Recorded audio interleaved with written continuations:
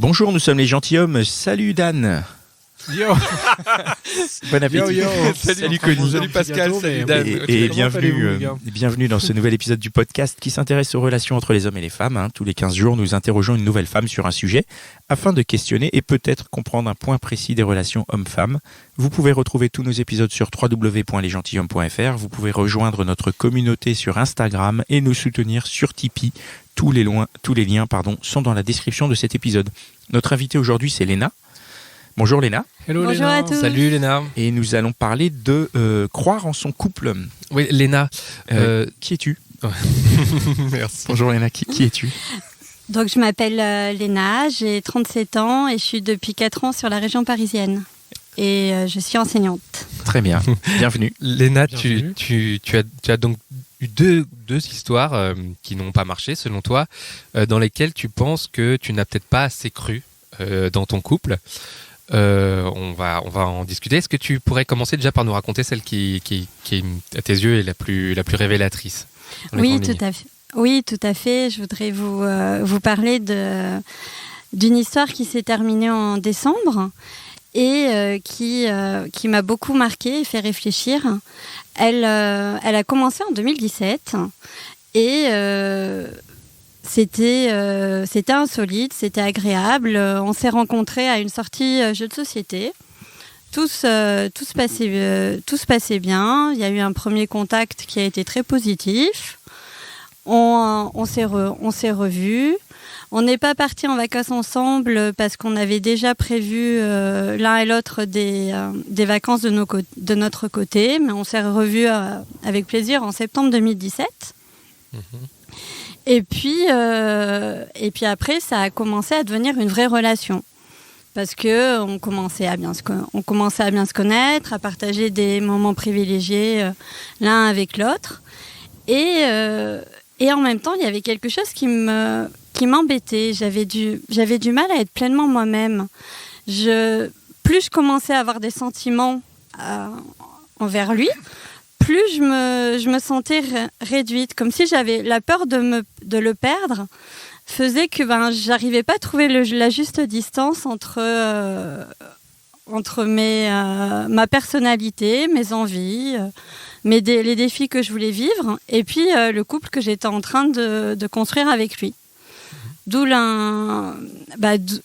une problématique qui a commencé finalement presque 6 mois après le début de la relation à se mettre en place, où je me sentais pas pleinement incarnée dans cette relation. C'est vrai qu'il travaillait beaucoup et que je le comprenais, mais en même temps je trouvais qu'il accordait peu de temps à notre histoire et j'avais du mal à lui en parler. Mais toi, tu accordais plus de temps à l'histoire. Qu'est-ce que tu veux dire quand tu dis que tu n'étais pas incarnée? Je trouvais que je surinvestissais trop le lien et en même j'en attendais trop. Tu en attendais trop, donc tu mettais beaucoup trop dans la relation. Voilà. Et en même temps, pardon. Non, vas-y, excuse-moi, c'est moi. Et en même temps, je trouve que j'étais pas pleinement moi, donc du coup pas pleinement incarnée parce que j'allais pas jusqu'au bout de mes besoins. Et en même temps, c'est toi qui t'empêchais d'être toi, ça venait pas de lui du tout. Non. D'accord. C'est moi qui m'autorisais pas suffisamment à être. Et donc, pendant 6 mois, à partir de 6 mois, ça s'est déclenché comme ça et t'as tenu la relation pendant 2 ans après, derrière, oui, c'est ça. Sans être toi-même. En étant moi-même et en même temps pas vraiment moi-même. Il y avait des manques dans la relation. Est-ce que tu peux nous expliquer ce que c'est de ne pas être soi-même au quotidien? Et même être soi-même déjà. Être les deux, quoi. Ça veut dire quoi? Pour moi, être soi-même, c'est s'écouter dans ses besoins. Qu'est-ce que ça peut être, par exemple? Besoin de liens, besoin de curiosité, de vivre des sensations fortes, des découvertes, besoin de respect, besoin d'être entendu, d'être écouté, besoin de partage. Mais tout ce que tu dis là, c'est des choses que tu attends de lui, alors qu'il y a une seconde, tu me dis que ça vient de toi. Tu vois ce que je veux dire ? Oui, ça vient de moi parce que je me dis que dans une relation, on est deux et que s'il y a des choses qui vont pas, il faut en premier lieu se les renvoyer à soi et s'interroger sur son propre comportement. Et je me dis, peut-être que si j'avais suscité plus de dialogue, que quand il choisissait la fuite, j'avais essayé de rebondir. Quand il a choisi la fuite, t'as dit ? Oui, à des moments, quand il y avait des choses un peu compliquées, il choisissait la fuite, il choisissait la technique de l'esquive. Tu peux nous donner un exemple concret qu'on comprenne ? Ah oui, très concret. Il y avait son anniversaire qui tombait en même temps que un an de relation. Et du coup, c'est vrai que pour moi, c'était une date hyper signifiante, hyper importante. Il arrive avec 1h30 de retard. Il fait la tête. Rien ne va. Et puis, moi, j'aurais pensé bien sûr qu'il y avait son anniversaire, mais qu'il aurait aussi pensé à un an de relation. Et puis je vois rien. Et j'aurais dû lui dire. Et du coup, lui, il savait pas où. Il y a eu un blocage.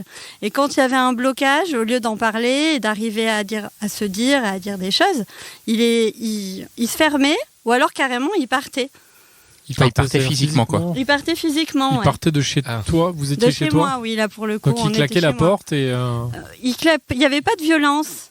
Non, mais je veux dire, il prenait la porte et il rentrait chez lui, quoi. Enfin, écoute, où il allait au tard. Voilà. Absence il n'arrive pas à communiquer, quoi. Non, mais je pense que c'est pas nouveau. Je pense que dans ses anciennes relations, il y avait peut-être aussi ça.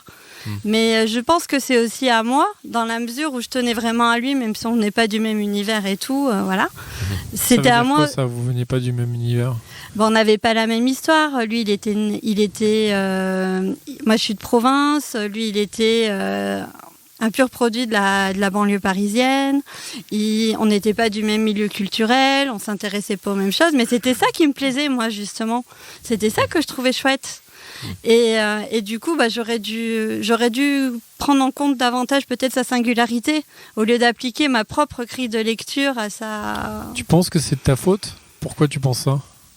Je pense que c'est 50-50, mais qu'en tout cas, si je me responsabilise pas vis-à-vis de cet échec-là, ça avancera pas. Et vu qu'il y avait une histoire précédente avant celle-là, où j'avais eu un schéma un petit peu de dépendance affective aussi, il faut bien que je m'interroge moi-même, parce que c'était deux personnalités radicalement différentes. Tu parles de dépendance affective. C'est quoi la dépendance affective exactement ? C'est justement s'oublier au bénéfice du couple. Croire que le couple, on parlait de couple comme un moyen, et ça doit être un moyen de développer plein de choses en nous, mais ça doit être un des piliers, mais pas le seul. Et en fait, dans la dépendance affective, c'est qu'on a tendance à surinvestir. En tout cas, pour moi, je parle que pour moi. J'avais tendance à voir le couple comme la solution, la panacée, le remède universel à des difficultés. Le travail, c'est pas tout, c'est parfois difficile. La région parisienne, elle peut être vraiment cool, mais des fois relou. Voilà. Et tu trouvais dans l'entité couple une sécurité émotionnelle, une sécurité là-dessus que tu n'avais pas dans l'entité toi, non. Léna, voilà. Seule. C'est ça. Et je pense qu'il faut d'abord justement bien se connaître, développer plein de choses en soi avant de faire couple réellement et de pouvoir croire en son couple. Parce que j'avais envie d'y croire, mais en même temps, je ne me suis pas donné les moyens de la réaliser, cette relation que j'avais envie de vivre. Et eux, comment les deux garçons, comment ils ont vécu cette relation à toi, cette relation au couple, ce couple central ? C'est peut-être ça qui leur a fait peur ? Peut-être. Justement, oui, peut-être. Peut-être que j'étais trop en demande et que justement, la chose qu'il faut surtout pas faire, c'est justement être trop en demande, parce que je m'intéresse à plein d'autres choses. Là actuellement, je me suis inscrite pour faire du bénévolat. Il y a plein de choses à faire pour s'enrichir, sans justement en dehors justement de la sphère couple. Et ça, je crois que je m'en étais pas assez rendu compte. je crois que je manquais de confiance en moi et que là, et que je me connaissais pas suffisamment bien et que là, ces histoires-là, elles m'ont fait réfléchir et avancer par rapport à ça. On reviendra après sur comment c'est aujourd'hui, mais tu dis être en demande. C'était quoi être en demande? C'est par rapport à qui? Par rapport en demande de lien. En demande de lien, donc oui. par rapport avec ton partenaire, avec tes partenaires. Ça se concrétise comment, ça? Par exemple, c'est vrai qu'il était très pris, mais que je trouvais qu'on se voyait pas assez. Clairement, je trouvais qu'il accordait pas suffisamment de temps. C'est une question d'attention? Oui, d'attention. Tu voulais plus d'attention? Oui. Tu le voyais plus combien? Enfin, tu le voyais concrètement? Enfin, 2 fois par semaine. 2 à 3 fois par semaine. En soirée ou en journée ou... Et en général, il travaillait le samedi. Donc déjà, je trouvais que c'était difficile pour moi. Il travaillait le samedi. Donc on avait que le dimanche. Et le dimanche soir, il restait pas avec moi. Donc j'en souffrais. Parce que tu sais où il allait chez lui. J'espère qu'il allait chez lui, mais j'en suis même pas sûre. Tu sais, on a eu des avec les histoires garçons, comme ça. tu sais. Vous vous souvenez de On sait jamais. Le conducteur de taxi, là, vous vous souvenez du conducteur de taxi? Ah oui, là je me rappelle. C'est vrai. Ah ouais, c'était d'ailleurs absolument surprenant et ça se peut, oui. Il était chauffeur de taxi aussi? Alors non, il n'était pas chauffeur de taxi, mais par contre, c'était quand même assez curieux que justement, il n'y ait pas d'évolution. Mais du coup, tu le voyais donc le dimanche après-midi, mais pas le soir. Et la deuxième fois de la semaine où tu le voyais, c'était quand? Et c'était le mardi, c'était en milieu de semaine, c'était le mardi ou le mercredi soir ou le. Mais donc vous viviez pas ensemble en fait? Non, on vivait pas ensemble. Et en fait aussi, ce qui m'a perturbée, c'est que j'avais envie que la relation elle évolue, je pense. Que j'arrivais à un âge où j'avais envie. C'est ce que je te disais, c'est ce que je. Oui, les auditeurs le savent pas. Ah oui, pardon, excuse-moi. J'avais envie de faire évoluer ma vie affective aussi. Je pense que j'arrivais à un moment dans ma vie et puis je trouvais que nos différences, elles étaient drôlement enrichissantes et j'avais pas envie d'en rester là. Alors, si t'étais pas bien toi-même, comment est-ce que tu as pu lui proposer ou induire l'idée d'aller plus loin ensemble? Ce qui était trompeur, c'est qu'on partait régulièrement en week-end ou en vacances ensemble. Ah oui, quand même. Parce que j'avais la chance d'avoir les vacances scolaires, je sais. et donc du coup, c'est vrai que là, j'avais l'impression de justement qu'on se raccrochait, et je trouvais que c'était tellement bien de pouvoir être dans une vie commune avec lui.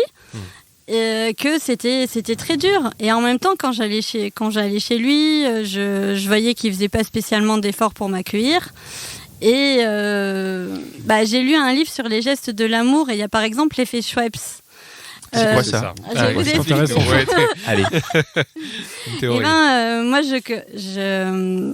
je connais un ami qui s'appelle Alexandre qui m'a dit il est plutôt beau garçon, il a pas mal de succès avec les filles et du coup il faisait un peu son beau gosse, il avait beaucoup de mal à s'attacher. Et puis un jour il y a une fille qui l'a complètement déconcerté. Et tout simplement parce qu'elle avait des attentions que personne n'avait eu envers lui. Ouais. Et notamment le Schweppes, parce que lui, comme il faisait attention et c'était un grand sportif et il buvait pas d'alcool, elle pensait quand il allait quand il venait chez lui, elle avait toujours quand il venait la voir, elle avait toujours chez elle une bouteille de Schweppes. Et il s'est rendu compte. C'est vrai que c'est bien d'être reçu avec une bonne bouteille de Schweppes. Non, mais sans rire. En fait, il s'est rendu compte que ça soulignait aussi plein d'autres côtés où elle était hyper attentive, hyper bienveillante. Et du coup, ça l'a vachement ouvert, ça l'a mis en confiance. Et ils sont toujours ensemble et c'est une belle histoire et c'est beau l'amour. Donc l'effet Schweppes, c'est le fait de se faire mettre en confiance, quoi. Je crois. Que l'autre prenne la peine. Voilà. D'accord. Non, mais c'est Par des petites choses assez insolites et tout, et on rentre en vraie connexion. Qui fait que tu vas faire plaisir à la personne, en fait. Ouais, c'est ça. Qui t'ouvre à comprendre que la personne a de l'affection pour toi et de l'attention. Là, c'est le Schweppes qui a ouvert. Voilà. Et qui te prouve à montrer à la personne. Oui, qui montre. Oui. Parce que quand tu étais en vacances avec lui, toi, t'étais mieux. Ou t'étais toujours pas toi-même, entre guillemets? Moi, justement, j'étais mieux parce que déjà, je le voyais plus, j'apprenais à davantage le connaître et tout, donc du coup, je pouvais me connecter vachement plus avec lui. Donc, je m'y retrouvais vachement plus dans cette histoire quand j'étais en vacances avec lui. Ouais. Et en même temps, il y avait plein de choses. On parlait de l'importance de la communication dans le couple, et il y avait plein de choses qui manquaient aussi sur le plan de la communication et qui justement manquaient pas quand on était ensemble, parce que quand on était en vacances, on pouvait beaucoup se parler. En tout cas, on se parlait plus. C'était plus fluide, plus naturel. Et je pense aussi que une des complexités de la chose, c'est qu'il travaillait beaucoup et que du coup, il savait pas faire un équilibre aussi entre sa relation de couple et son travail et ses amis, et voilà. Et toi, tu y arrives à faire cet équilibre? Moi, j'y travaille. Je ne dis pas que c'est parfait, mais j'y travaille en tout cas, parce que je trouve que c'est important, et en tout cas maintenant, je lâcherai pas mon bénévolat et toutes les choses qui me tiennent à cœur. Donc tu penses que dans une prochaine relation, tu arriveras à mieux être centré sur toi et à se faire en sorte que le pilier, ce soit plus toi que juste le couple? Oui, bien sûr. Parce que j'ai grandi aussi par rapport... C'est aussi les échecs qu'il nous faut grandir. Et moi, je ne veux pas répéter le même schéma que j'ai vécu la dernière fois. C'est trop bête. Donc, on n'a qu'une vie. Et... Pourquoi tu vois ces relations comme des échecs? Parce que elles ont quand même duré. Je veux dire, une relation qui a duré, même s'il y a une séparation, c'est pas forcément un échec. C'est peut-être que les deux personnes n'étaient pas exactement faites pour être ensemble. Enfin, je sais pas. Peut-être. Toi, parce que tu parles d'échecs, c'est pour ça que je me dis... t'as tendance, toi, à te dire c'est négatif ou t'as fait des erreurs, alors que peut-être que c'est juste... c'est le moment de passer à la prochaine relation et de voir comment tu peux évoluer. Peut-être, mais en même temps, moi, j'ai aussi des modèles de relations durables et qui sont vraiment longues. Ouais. Et c'est vrai que je trouve que c'est toujours dommage de pas se donner les moyens de vivre pleinement une belle histoire, quoi. Et que peut-être que on n'était pas fait pour être ensemble, mais peut-être que voilà. Mais peut-être aussi que si on avait mieux su communiquer, que les choses elles auraient été différentes. Après, peut-être que moi j'ai du mal à renoncer et que dans tout ce que je fais, et donc du coup y compris sur le plan relationnel. Donc du coup c'est vrai qu'aussi il faut grandir, c'est aussi apprendre à renoncer à des choses qui sont pas pour nous, pour mieux se retrouver. Et quand tu dis mieux communiquer, maintenant, si là tu te projettes pour une prochaine relation, qu'est-ce que tu vas faire de mieux, du coup, comme tu dis, ou en tout cas de différent? Déjà, j'écouterai davantage mes besoins. Donc tu vas te recentrer je un peu me fondrai sur toi, pas quoi. dans la relation, ouais. Et je me recentrerai sur moi. Quand tu parles de besoins par rapport à ton partenaire ou par rapport à toi? Par rapport à moi, mais les besoins de me connaître, de donner de moi dans l'humanitaire, voilà. De faire ce que t'aimes faire et tout ça, quoi. Ouais. Et puis je reniais pas non plus mes valeurs. Et ça, tu l'as fait avant? Oui. Tu peux nous donner un détail ou quelque chose de plus clair Ouais. pour qu'on comprenne un peu ce que tu veux dire comment par là. tu peux en arriver à renier tes valeurs dans un couple, dans ton couple? Eh ben justement, moi j'ai des valeurs de fidélité. J'ai des valeurs de. Il était pas fidèle? Ah si, on a posé la question tout à l'heure, pardon. Je ne sais pas. J'avoue que je ne sais. Je ne sais pas, mais j'ai des doutes. J'ai des doutes. J'ai de sérieux doutes. On parle de tes valeurs à toi, pardon, j'ai digressé. Oui, mais j'ai des doutes. Et donc du coup, c'est pour ça justement, j'ai des doutes parce que c'est quand même assez bizarre que justement tous les dimanches soirs on pouvait pas se voir. Enfin, il y a des choses comme ça. Il était souvent sur son téléphone et il avait les mails pro, mais bon, les mails pro, voilà. C'est peut-être aussi une excuse. Et puis moi, comme je trouvais que la vie était plus belle à deux, j'avais tendance à passer sur ça et voilà. Et puis j'ai aussi des valeurs politiques. Et c'est vrai que son cheminement politique n'était pas le mien.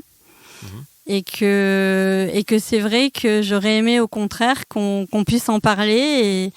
Et c'est vrai que la discussion finalement, elle s'est assez vite éteinte. Et c'est pour ça Il que voulait pas discuter. pas beaucoup par rapport à ça. Et c'est vrai que moi, je trouve que c'est intéressant. Au contraire, les différences, elles enrichissent et tout. Et moi, je suis pour le débat. Je crois que justement, il n'y a pas une vérité, mais il y a plein de vérités et que c'est le débat qui enrichit. Et voilà. Et du coup, ça, c'était une de mes valeurs aussi. Et je me suis rendu compte avec le recul, parce que forcément, c'est pas tout récent, donc j'ai pu y réfléchir, que ça, c'était pas bien du tout et que je voulais pas passer par ce cheminement-là. Donc dès que tu parlais politique, il faisait pareil, il s'en allait ? Alors non, parce que je l'ai écouté une fois et puis j'ai vu que c'était tellement différent de ma vision et je m'y attendais pas du tout de sa part. Par rapport à son histoire, par rapport à son milieu, par rapport à plein de choses, que j'ai été un peu sous le choc. Je me suis dit, mais comment on peut passer comment on peut changer comme ça d'opinion en quelques années, et voilà. Et donc du coup, ça m'a vachement fait réfléchir. Et j'ai sûrement manqué de tact. Parce que c'est vrai que ça se voyait sur mon visage et du coup, j'ai arrêté net la discussion, quoi. Ah oui, cette fois-ci, c'est toi qui as coupé la discussion. Oui. Tu parlais tu mettais de côté tes valeurs, donc j'imagine que c'est ça qui t'a inhibé. Est-ce qu'il n'y a pas un moment où tu rentres dans un cercle vicieux ? C'est-à-dire que plus tu c'est ça le problème. C'est ça le problème. Tu peux nous raconter comment ça arrive et comment tu te rends compte que tu es dans le cercle vicieux et qu'est-ce qui se passe, quoi ? Quel impact ça a sur le couple ? En fait, je crois que j'étais trop disponible. J'étais dans tous les sens du terme et que du coup, c'est pas suffisamment se respecter. Et que si j'ai du ressentiment par rapport à cette histoire, c'est vraiment par rapport à la relation et pas par rapport à lui. Il y a eu dans la relation des choses qui n'ont pas su se dire et se faire, quoi. Et voilà. Tu t'en veux avec le recul ? Oui. Oui, je m'en veux, oui. Et sur le moment, tu étais dans quel Je m'en rendais pas compte, j'avais pas du tout conscience de ça. J'étais comme un avatar de moi-même. J'étais vraiment sur pilotage automatique. Quand je dis que je m'incarnais pas, c'est que il y a des choses que j'ai compris vraiment sur le tard. Je lui ai passé trop de choses. Ouais, à quel moment tu t'en rends compte ? Il faut qu'il y ait la rupture ou c'est avant la rupture, ça emmène à la rupture ? Il faut qu'il y ait la rupture. Et en plus, comme je suis très stupide, j'ai voulu le recontacter pour qu'on s'explique, pour que ça marche, parce que je croyais vraiment en notre histoire. Et puis en fait, ça a fait que me faire un peu plus mal, parce que voilà, à un moment, il faut savoir respecter la décision de l'autre. Et puis voilà. C'est toi qui a pris la décision de rompre ? Ah non, c'est lui. Ah, c'est lui. Oui. D'accord. C'est lui. Et ça t'a pas fait du bien quelque part au final ? Même au-delà d'aller le recontacter. C'est à ce moment-là que tu comprends que tu étais dans une spirale vraiment infernale. Je l'ai recontacté quand j'avais réfléchi à notre relation, pas justement pour pas revivre le même schéma, mais pour réouvrir quelque chose, mais de complètement différent. J'ai lu aussi pas mal de livres qui m'ont pas mal étayé par rapport à ce sujet-là. Et moi, je voulais qu'on fasse un jeu autour de 10 mots. 10 mots importants que lui, il écrirait et 10 mots importants que moi, j'écrirais pour nous aider justement à communiquer et qu'on redébloque les choses. Mais j'ai fait chou blanc, hein, ça n'a pas marché. Vous avez essayé le jeu quand même ou Non, il n'a même pas voulu. Et une fois, on devait se voir le soir, il fait machine arrière. Donc du coup, je m'attendais à au moins qu'il accepte la discussion. Parce que, oui, une discussion ne veut pas dire les 50 prochaines années ensemble. Hein, voilà. Une discussion, c'est juste une discussion, quoi. Il n'y a pas... Donc, du coup, voilà, j'étais un peu surprise parce qu'une discussion, ça n'engageait à rien. On était restés quand même presque 2 ans ensemble. Donc, voilà, c'était quand même... C'est parce qu'il y a peut-être que toi qui a fait du travail, qui a fait le travail là. Lui, il a pas fait. Non, peut-être que c'est ça. Et là, on est 1 an après après la fin de cette histoire là. C'était il y a Pas un an, tout à fait, c'était 8 mois. 8 mois. à peu près. Et comment tu te sens du coup Pleine forme. Non, va. oui, et par rapport à ta manière de gérer justement la confiance en toi, de gérer la dépendance, est-ce que tu penses que tu as profité de ces 8 mois pour te reconquérir, pour Oui, je suis gagner plus du apaisée. terrain? Ouais. Je suis plus apaisée, je me connais mieux et c'est pour ça que justement j'arrive à en parler avec plus de légèreté. Oui. Je me sens mieux parce que mine de rien, le temps fait son œuvre. Hein, et puis j'ai compris aussi des choses et je pense que c'est ça aussi qui me rassure. C'est que je ne me suis pas restée démunie face à quelque chose. J'ai ouvert des pistes, que ce soit des pistes par internet, des pistes par livre, ou par magazine, qui m'ont aidé à me comprendre. Parce que il y a quand même des choses à faire et de belles histoires qui naissent et qui se développent tous les jours. Ce que quoi. tu me disais, Admimo, c'est que si tu si tu te connais toi, que tu t'apprécies entre guillemets, je sais pas trop par exemple, là tu peux aller dans une relation où Oui, au moins tu es maître du choix que tu vas faire. C'est ça. Et c'est là où tu en es aujourd'hui en fait. Oui. D'accord. J'avais une petite question un tout petit peu en arrière. Quand même, tu as eu 2 histoires coup sur coup là-dessus. Je me demandais si tu n'avais pas eu un modèle dans la tête ou de je ne sais où d'ailleurs, un modèle de couple. Est-ce qu'à un moment tu t'es dit, mais être en couple, c'est ça, c'est mettre le couple au centre et que ce soit que ce soit vraiment l'enjeu. Tu vois ce que je veux dire ? Oui, je me suis posé la question et puis j'ai pensé au couple que je connais le mieux, c'est mes parents. Et je me suis dit, ouais, mais mes parents, en fait, c'est pas ça du tout.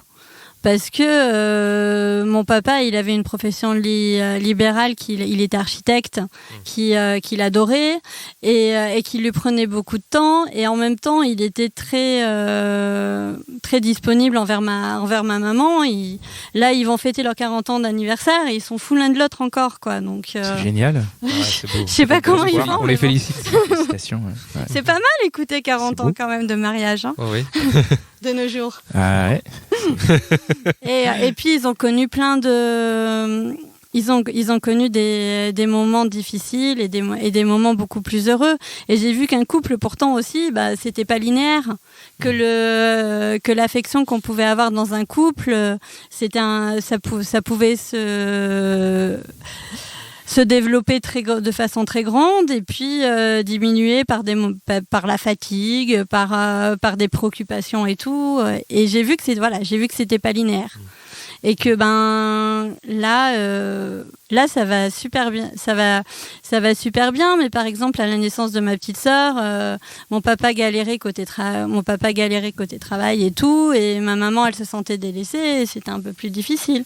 Alors que là mon papa qui est guéri, il a été malade, il a été super entouré par ma maman, et ils sont jamais aussi complices que maintenant, quoi. Ok. Merci beaucoup pour ce témoignage. Dan, est-ce que tu as une dernière question ? La question de la fin. Écoute, Léna, je voulais savoir en fait, est-ce que du coup là tu nous expliquais, enfin tes deux, c'était bien 2 expériences. Non, je rigole. On va lancer l'enregistrement, Dan. Là donc t'es vraiment reparti à l'attaque là. Comment est-ce que tu vois un peu l'avenir de façon positive, non ? J'espère en tout cas, parce que il y avait un côté où tu avais presque quand même une sorte de nostalgie quand tu reparlais là de ces histoires, même si tu les voyais à la fois comme des échecs aussi. Et du coup, j'aimerais qu'on termine sur une note positive. Enfin, j'espère. Dis-nous. Parce que là, c'est très positif de toute façon, moi je trouve. Justement, comment tu vois les prochains mois là ? T'es sur des réseaux, t'as des touches, perspectives en tout cas pour faire des rencontres. Alors non, je déteste les sites de rencontres. C'est pas du tout mon truc parce que moi j'ai besoin d'interaction et tout. Mais je suis sur un site de rencontres amicales qui est très cool parce qu'on va à des vernissages, on fait plein de choses différentes. Et des jeux de société. Et moi, j'aime bien les jeux de société. Donc, c'est pas mal, ça. Je me dis, on n'a pas entendu parler encore dans les gentilshommes, en tout cas. Ouais. Voilà. Et donc, du coup, et moi, je me dis, déjà, si tu veux vivre une histoire, il faut que ce soit ton pote, quoi, parce que c'est déjà bien. C'est une bonne. Voilà, une bonne entrée en matière, on va dire. Ouais. Et donc, du coup, je me dis, voilà, je vais voir. Et puis, on verra bien. Voilà. Bah, super. C'est bien, super. c'est positif. Super. Merci beaucoup Léna en tout cas. Merci beaucoup. Merci Du coup, à on va poser une petite question aux gens qui nous écoutent, même si c'est pas forcément approprié par rapport à l'histoire que tu nous racontes, mais on est curieux, nous, de savoir c'est quoi la dépendance affective exactement pour vous. Dans le couple, nos auditeurs dans le couple, ou en dehors du couple d'ailleurs, dans la période de séduction, si vous pouvez nous décrire un peu ce que vous en pensez ou éventuellement nous raconter et partager des expériences, faites-le dans notre story Instagram, on va vous poser la question et n'hésitez pas à répondre. Donc voilà, merci à tous pour ce nouvel épisode. Merci Léna. Merci Léna. Merci à vous. Merci les gars. Merci Mitch. Thank you Mitch. Merci, Mitch. L'homme de la situation. On vous rappelle, vous pouvez nous retrouver et rejoindre la communauté bienveillante des gentilshommes sur Instagram, où vous êtes nombreuses et nombreux à nous suivre et à nous envoyer des messages auxquels on s'efforce de répondre. Hein. Merci à vous, on fait ce qu'on peut pour Merci à répondre. tous. Ouais. Et vraiment, merci. Non mais parfois Il y a une c'est... époque où Dan il était 24 heures sur 24, Ouais, mais 7 là, jours sur 7. Ouais, je c'est- répondais beaucoup à Non, non. l'époque et maintenant j'ai refait. Non mais c'est difficile. à Dan, et- à Pascal. À Pascal, ouais. Puis notre Et puis, formidable community management. Ouais. Mais c'est vrai On que l'embrasse. c'est... Non mais des fois c'est difficile, on a une abondance de messages, Ouais. c'est dur de tenir le rythme, donc pardonnez-nous quand on répond pas tout de suite, mais en tout cas on les lit, on y répond, des fois on s'interroge même pour se dire parce qu'on veut bien répondre. On pourrait répondre vite fait et c'est quelque chose qu'on Et ne on fait attend. pas. On préfère bien répondre que, Donc, que, si que le mal message met répondre 6 vite fait. mois à arriver, c'est qu'on a Ouais, c'est que- beaucoup réfléchi. Voilà, donc merci à nos tipeurs aussi, on le rappelle, on est un podcast totalement indépendant. Hein. Et pour autant, on a de grandes ambitions, on a envie de vous offrir le meilleur, que ce soit en termes de qualité technique, merci Mitch, ou en qualité de réception de nos invités. On t'a bien reçu, non ? Parfaitement. oui. Parfaitement, voilà. Et ben alors pour cet accueil, on va remercier nos tipeurs, ils sont nombreux, Pierre, Hélène, Michael, Flo, Hub0, Sophie, Bidule, Fab, Shop, Charlotte, Mathilde. Merci pour vos tips et vos messages. Je le rappelle, hein, on enregistre ces épisodes un peu à l'avance, donc forcément, si vous nous tipez depuis le mois de septembre ou octobre, vous n'êtes pas forcément dans la liste, mais vous serez dans les prochains épisodes.